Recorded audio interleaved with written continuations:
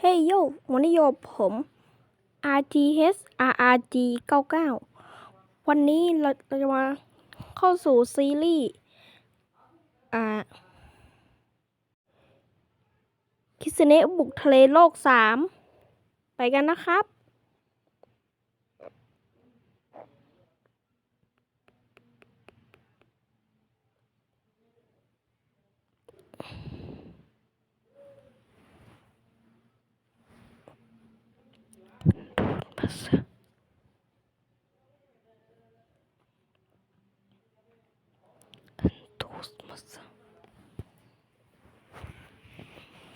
มากันนะครับนี่เราอยู่โลก1นะครับไปโลก3แล้ว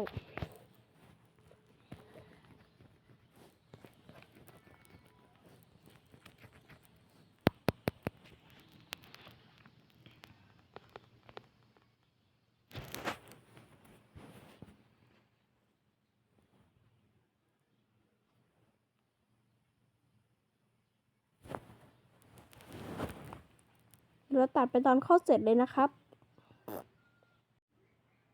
มาแล้วนะครับตอนเข้าเสร็จแล้ว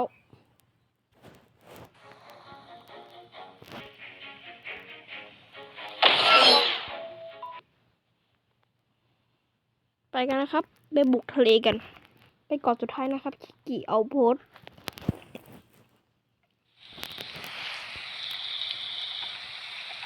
ยินดีต้อนรับเข้าสู่คิสเนะ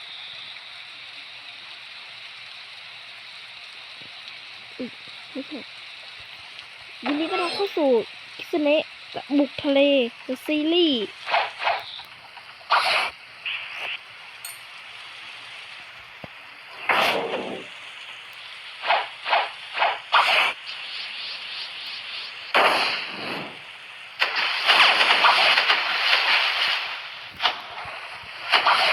อันนี้นะทุกคนวันนี้ผมจะเลือกใช้เรือราคาถูกนะครับเพราะราคาถูกกว่าไอเรือเติมนี่นะครับเดี๋ยวเนี่ยราคาถูกกว่าไอเรือเติมนี่อีกแถมเลือดเท่ากันด้วยเป็นเรือการ์เดียนนะครับ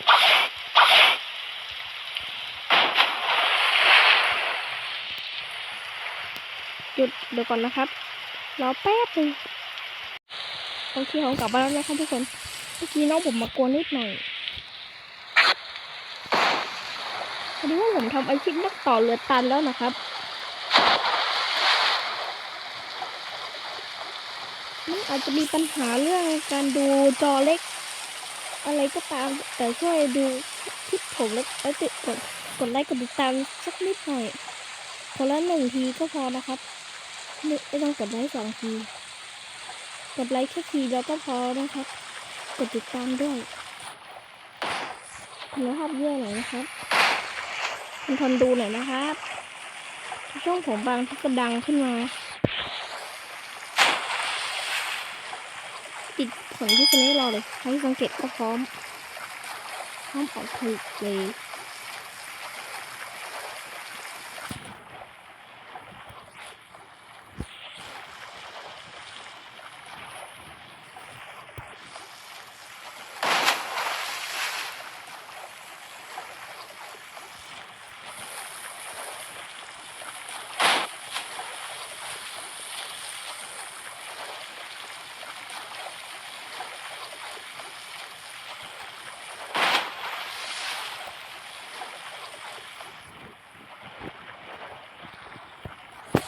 นี่มาตั้งนานแล้วไม่เจออะไรเลย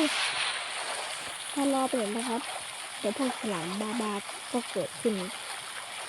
ฉลามที่อยู่ดีก็มาชอบแทะเรือฉลามบางคนกินเนื้อไม่ใช่เหรอทำไมชอบกินเรือทำไมชอบกินไม้กันทุกคนคิดเหมือนกันไหมฉลามในชีวิตจริงกินเนื้อฉลามในเกมกินไม้แล้วมาถึงทะเลเขียวกันนะครับไม่รู้จะมีฟ้าผ่าเมื่อไหร่อ่ะเดี๋ยวฟาร์มไม้มาพร้อมแล้วนะครับฟาร์มไม้พร้อมซ่อมเรือ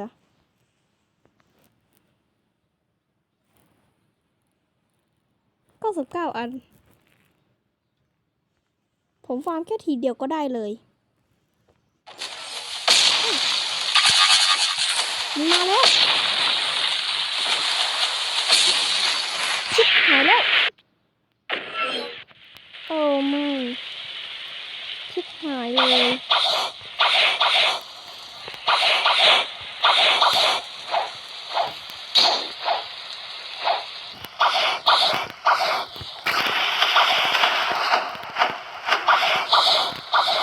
โอ้ไม่น่าพูดมากเลยนะครับ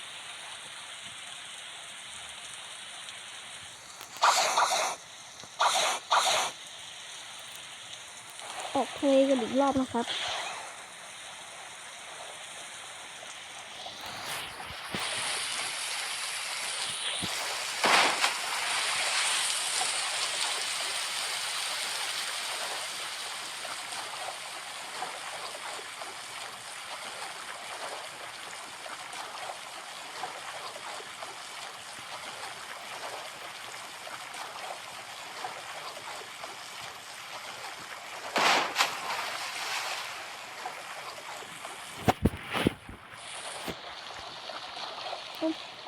ติดบั๊กนะ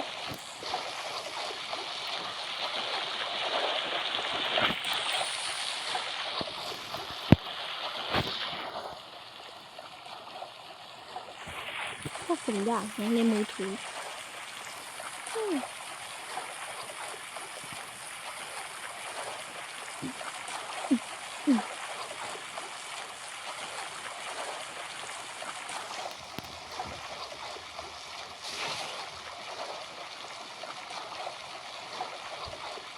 พี่ชาให้ตัวไปเลยคือ2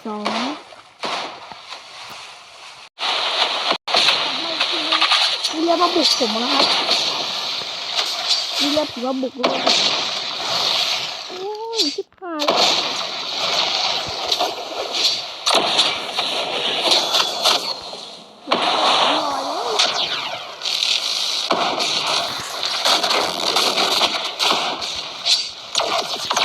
ขอสักลำก็ดี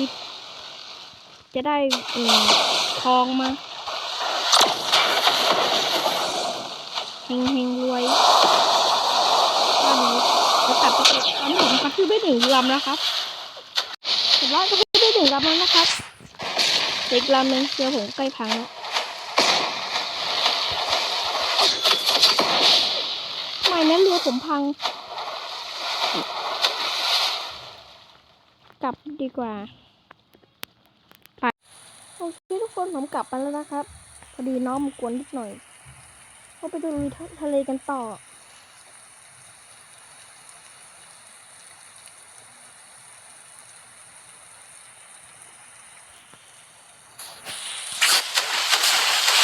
โตไม่ถูก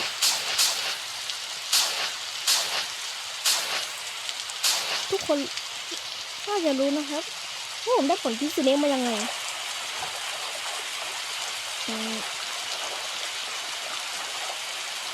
ดูจากแถวๆหน้าปกช่องผมก็ได้มีบอกอยู่ว่าทำไม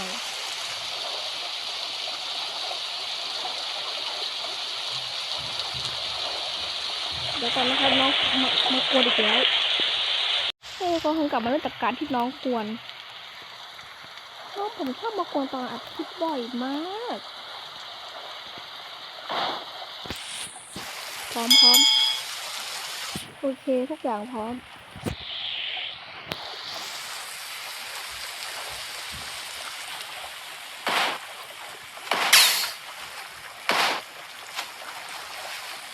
เสือเผาพร้อม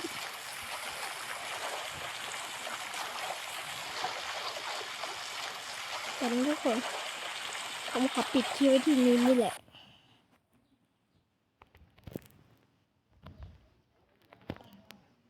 คลิปนี้ก็จบแล้วครับเดี๋ยวต่อ EP 2ไปก็ไม่ต้อง